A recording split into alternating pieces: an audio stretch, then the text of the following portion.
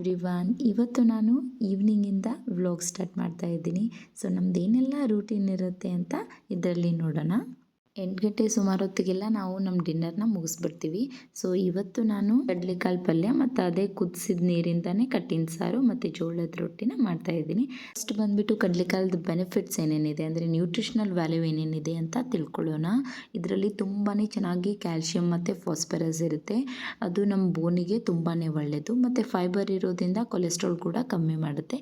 ಇದರಲ್ಲಿ ಡಯಾಬಿಟಿಸ್ ಪೇಷಂಟ್ಗೆ ಇದು ತುಂಬಾ ಒಳ್ಳೆಯದು. ಯಾಕಂದರೆ ಇದರಲ್ಲಿ ಗ್ಲೈಸೆಮಿಕ್ ಇಂಡೆಕ್ಸ್ ತುಂಬ ಕಮ್ಮಿ ಇರೋದ್ರಿಂದ ಡಯಾಬಿಟಿಕ್ ಇದ್ದವರು ಇದನ್ನು ಪ್ರಾಪರಾಗಿ ಯೂಸ್ ಮಾಡ್ಬೋದು. ಮತ್ತು ಇದರಲ್ಲಿ ಪ್ರೋಟೀನ್ ಕೂಡ ತುಂಬಾ ಜಾಸ್ತಿ ಇರುತ್ತೆ.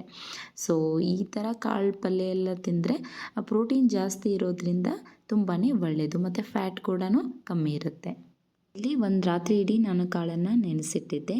ಸೊ ಈ ಸಂಜೆ ಬಂದುಬಿಟ್ಟು ಇದನ್ನು ಒಂದು ಕುಕ್ಕರಲ್ಲಿ 1-2 ಪಲಾವ್ ಎಲೆನ ಹಾಕಿ ಟೊಮೆಟೊನ ಹಾಕಿಬಿಟ್ಟು 1-3 ವಿಸಿಲ್ ಕೂಗ್ಸೋಕಿಟ್ಟಿದ್ದೀನಿ. ಮಕ್ಕಳಿಗೆ ಯಾವುದಾದ್ರೂ ಆಟ ಸಾಮಾನು ಕೊಟ್ಟರೆ 1-2 ದಿನ ಮಾತ್ರನೇ ಬೋರ್ ಹೊಡೆದ್ಬಿಡುತ್ತೆ. ಅಡುಗೆ ಮನೆ ಬೇಕಾಗುತ್ತೆ.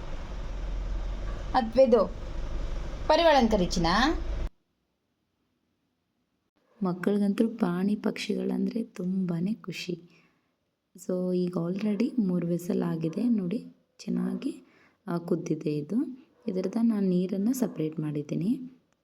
ಕಡಲೆಕಾಳು ಪಲ್ಯ ಮಾಡೋಕ್ಕೆ ಒಂದು ಸ್ವಲ್ಪ ಎಣ್ಣೆ, ಜೀರಿಗೆ, ಸಣ್ಣಾಗಿ ಕಟ್ ಮಾಡಿದ್ದಂಥ ಈರುಳ್ಳಿ, ಉಪ್ಪು, ಕೆಂಪು ಖಾರದ ಪುಡಿ, ಧನಿಯಾ ಪುಡಿ, ಅರಿಶಿನ ಎಲ್ಲ ಹಾಕಿಬಿಟ್ಟು ಚೆನ್ನಾಗಿ ಫ್ರೈ ಮಾಡಿಕೊಂಡು ಸ್ವಲ್ಪ ನೀರು ಹಾಕ್ಕೊಳ್ಳೋಣ. ನೀರೆಲ್ಲ ಕುದ್ದಾದ್ಮೇಲೆ ನಮ್ಮದು ಕಡಲೆಕಾಳನ್ನು ಹಾಕ್ಕೊಂಡು ಕಲಸೋಣ.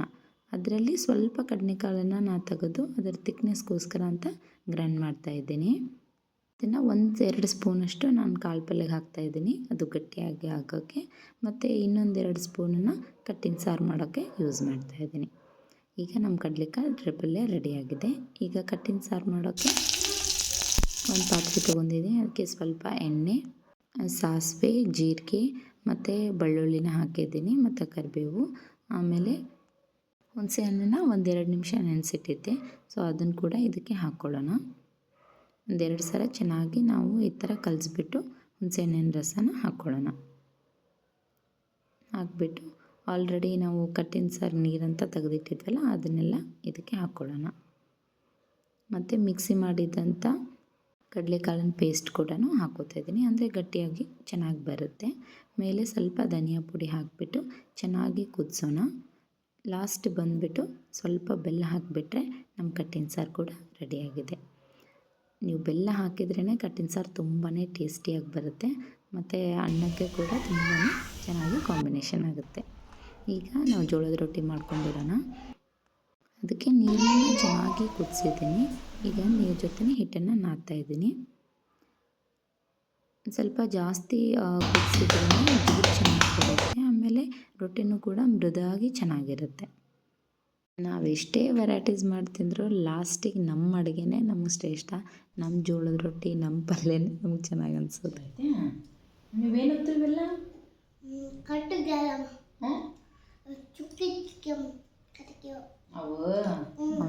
ಊಟ ಮಾಡ್ತಾನೆ. ಲಾಸ್ಟಿಗೆ ಸ್ವಲ್ಪನೇ ನಾನು ಅವನಿಗೆ ಉಳಿದು ತಿನ್ನಿಸ್ಬಿಟ್ಟಿರ್ತೀನಿ. ಮತ್ತು ಇವ್ರಿಗೆಲ್ಲ ಫ್ರೆಶ್ ಮಾಡಿ ಅವ್ರ ಪಪ್ಪನಿಗೆ ಅವನು ಇವತ್ತೇನು ಕಲ್ತಿದ್ದಾನೆ ಅಂತ ಹೇಳಿಬಿಟ್ಟು ಮಲ್ಕೋತಾನೆ.